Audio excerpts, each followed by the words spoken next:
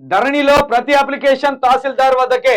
అక్కడి నుంచే ఆర్డీఓలు కలెక్టర్ల లాగిన్ లోకి అప్లికేషన్ మాడ్యూల్లో మార్పులు చేసిన సర్కార్ దరఖాస్తుతో పాటే ఫార్వర్డ్ కానున్న తహసీల్దార్ల రిపోర్ట్లు అప్లికేషన్ల పరిష్కారంలో కీలక ముందడుగు.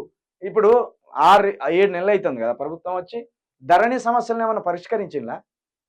ఒక్క సమస్య పరిష్కరించలేదు. ధరణి సమస్యలు అట్లనే ఉన్నాయి, ఒక్కటి కూడా పరిష్కరించలే. పైగా లాగిన్లు కూడా ఇంతవరకు ఇవ్వలేదు తహసీల్దార్కి. కేసీఆర్ చేసిన పొరపాట్లు అట్లనే ఉన్నాయి, ధరణి సమస్యలు అట్లనే ఉన్నాయి. మా భూములు పోయినాయిరా నాయన, మేము కబ్జాలు ఉన్నాం, భూమి ఇంకోని పేరు మీద ఉన్నదని రైతులు ఏదైతే బాధపడుతున్నారో అవి అట్లనే ఉన్నాయి, ఇంకా ఏవి పరిష్కరించబల్లే. ఇప్పుడు ఏందట,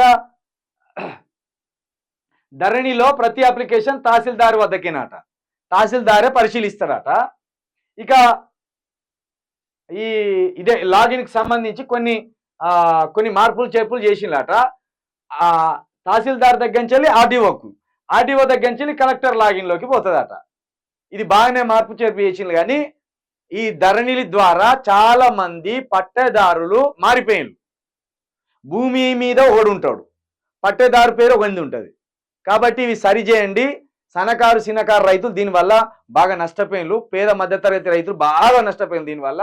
దీన్ని అర్జెంటుగా ఇక తహసీల్దార్కే అన్ని అధికారాలంటే తహసీల్దారు ఇక మరింత ముల్లెలు ఎత్తనే పని చేస్తారని ఒక అవకాశం ఉంటుంది. కాబట్టి రెవెన్యూ వ్యవస్థను ముందు సరిచేయండి. రెవెన్యూ వ్యవస్థలో ఇదే తహసీల్దార్ని, ఇదే ఆర్డీఓలను, ఇదే కలెక్టర్లను కొంచెం అదుపులో పెడితే గనక, ఈ భూ సమస్యలు తీరితే గనక ఈ హత్యలు కొంచెం తగ్గుతాయి. భూముల కోసం ఎక్కువ కొట్టుకొని చంపుకుంటారు. కాబట్టి తక్షణమే దీన్ని సాల్వ్ చేస్తే బాగుంటుంది.